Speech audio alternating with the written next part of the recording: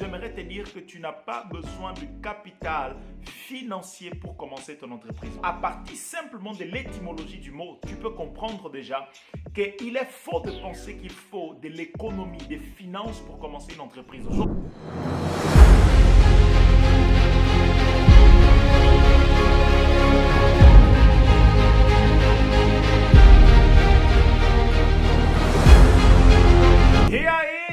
Bienvenue sur Leap Deep, ta chaîne où tu apprends à développer les quotients intellectuels, émotionnels et spirituels, car je crois que les trois contribuent pour toutes sortes de développements, qu'ils soient personnels, professionnels ou social. Moi, c'est Abdel Barros et ici, c'est le sujet que je traite afin que tu puisses apprendre à dominer, à maîtriser les circonstances de ta vie, mais également l'entreprise si tu entreprends. Si tu n'entreprends pas, dans cette chaîne, tu vas apprendre à entreprendre. D'ailleurs, c'est notre sujet d'aujourd'hui. Nous allons parler de entreprendre.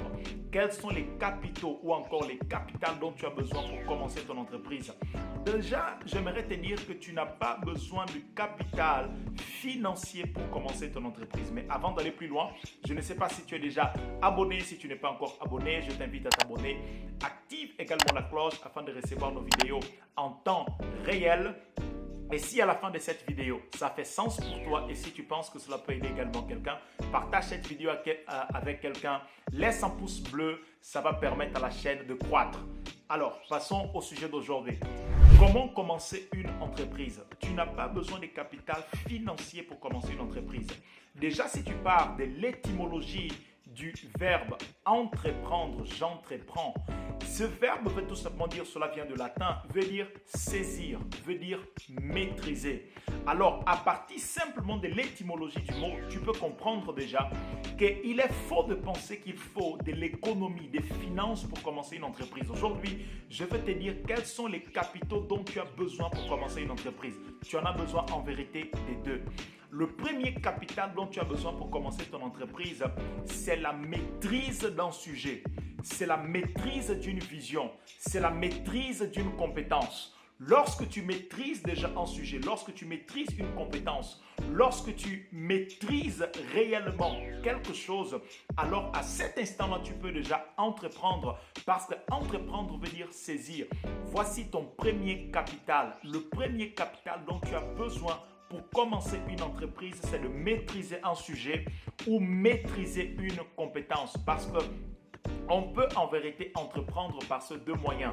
On peut entreprendre par compétence ou on peut entreprendre par un business que tu veux modeler. Tu n'as pas cette compétence, mais tu développes cette compétence chez quelqu'un d'autre afin que cette personne soit capable de développer ou mettre cette entreprise en marche.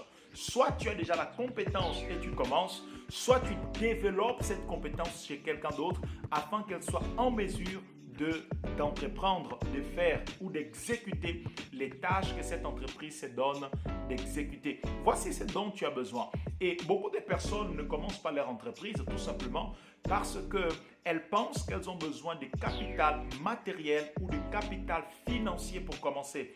Mais cela prouve au contraire que ce dont elles ont besoin, c'est en vérité de maîtriser quelque chose.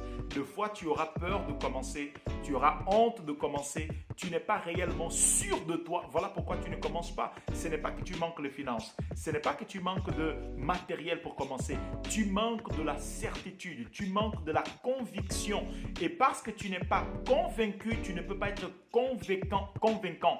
Même si tu partages ton idée avec quelqu'un d'autre, même si tu demandes quelqu'un d'autre de s'associer avec toi pour que cette entreprise puisse réussir, la personne n'aura pas envie de le faire, non pas parce qu'elle ne veut pas, tout simplement parce que tu n'es pas convaincu et parce que tu n'es pas convaincu dans ta manière d'interagir avec les autres, tu n'es pas non plus convaincant. Alors de quoi tu as besoin premièrement? Premier capital, rassure-toi que la vision de ton entreprise est très claire pour toi. Première chose.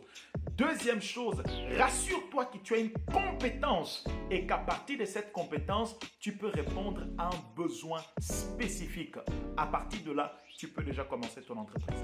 Le deuxième capital dont tu as besoin pour commencer une entreprise, c'est le capital humain. Pas toujours les capitales financiers, pas toujours les capital matériel. Mais vous allez me dire, mais Si j'ai besoin de capital humain, comment puis-je engager des personnes qui vont travailler avec moi dans l'entreprise si je n'ai pas de moyens financiers à leur proposer, si je n'ai pas un salaire à leur proposer? Alors, vous allez prendre le modèle de Jésus. Lorsque Jésus était en train de lancer son entreprise consistait à annoncer la bonne nouvelle. À peu près un professeur, un maître, d'ailleurs on l'appelait rabbi, maître, c'est lui qui enseigne. Lorsqu'il commence son entreprise d'enseignement, pratiquement une école, lorsqu'il commence, il avait besoin du premier capital. Il avait une compétence, il avait une matière avec laquelle il pouvait partager avec les autres. Cette matière s'appelait une information en contenu, une sagesse qu'il avait concernant le royaume des cieux. Dans Matthieu chapitre 4, verset 17, il va commencer son entreprise en disant « Répentez-vous car le royaume des cieux est proche ». Donc il commence à enseigner. Il n'avait personne avec lui, mais il avait commencé son entreprise. Pourquoi? Parce qu'il avait la maîtrise d'un sujet et il pouvait déjà commencer son entreprise. Et ensuite, au fur et à mesure qu'il avance, il s'est rendu compte qu'il aura besoin de deuxième capital, le capital humain. Qu'est-ce qu'il va commencer à faire? Il va au bord de la plage et il invite la première personne à le suivre, Simon. Il invite Simon ou encore Pierre à le suivre. Mais regardez ce que Jésus a fait. Jésus n'a pas invité, Jésus n'a pas embauché quelqu'un de compétent. Jésus a embauché quelqu'un de disposé.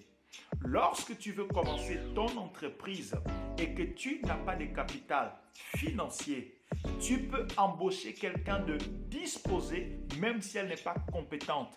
Parce qu'il y a des personnes qui sont compétentes mais qui ne sont pas disposées. Mais une personne disposée peut devenir compétente. Une personne qui est disposée à apprendre, une personne qui est disposée à te suivre, une personne qui est disposée à croire en ta vision, cette personne elle peut devenir compétente.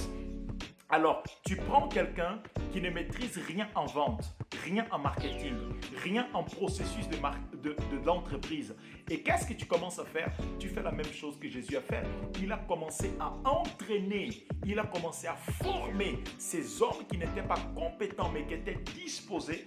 Et parce qu'il les a formés, maintenant ces personnes étaient capables, lorsque Jésus s'est retiré de son entreprise, ces 12 personnes qu'il a eu à former pendant 3 ans étaient maintenant capables de faire en sorte que l'entreprise marche en automatique sans pourtant que la présence physique de Jésus y soit. C'est comme ça que tu peux également commencer ton entreprise. Tu commences ton entreprise comme Jésus.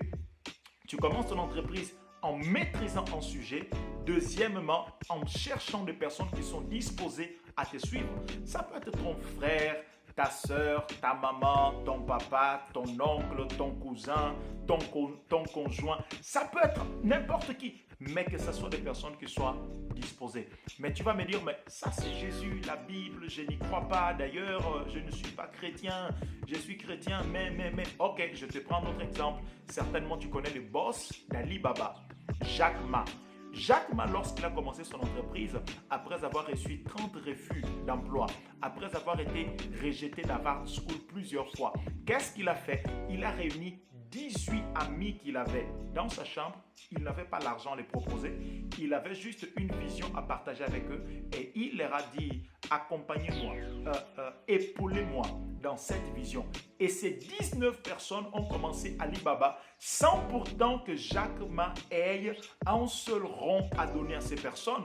Qu'est-ce qui a fait en sorte que ces personnes puissent les suivre même s'ils n'avaient pas l'argent à les proposer? Parce que la vision était claire. C'est parce que ta vision d'entreprise n'est pas claire que les gens ne vont pas te suivre. Les gens ne suivent pas l'argent, les gens suivent d'abord une vision. Parce que là même où il y a de l'argent, si la vision n'est pas claire, si la culture de l'entreprise n'est pas bonne, les gens vont partir. Pourquoi? Ce n'est pas l'argent simplement qui retient, c'est d'abord une vision qui retient. J'aime beaucoup Proverbes chapitre 29 verset 18, il est écrit « Lorsqu'il n'y a pas de vision, il n'y a pas de frein ». Un peuple sans vision est un peuple sans frein. Pourquoi? Parce que la vision freine. La vision freine les gens autour de vous. Quand tu as une vision, alors la vision va freiner les gens à tes côtés. Ils veulent partir, mais la vision les garde. Alors qu'est-ce que tu as besoin pour commencer l'entreprise? Tu as besoin d'une vision, d'une compétence que tu as eu à maîtriser et ensuite tu as besoin de repérer des personnes disposées autour de toi et commencer à travailler avec ces personnes et les former à l'interne afin qu'ils soient compétents dans tous les aspects dont l'entreprise aura besoin pour qu'elle puisse fonctionner. Voici les 2 capitaux dont tu as besoin. Si aujourd'hui, tu veux commencer ton entreprise et que tu manques de capital financier, ne pense pas que cela t'empêche de la commencer. Tu peux commencer juste avec ces 2 capitaux que j'ai partagés avec toi aujourd'hui. Voilà, c'est la fin de cette vidéo.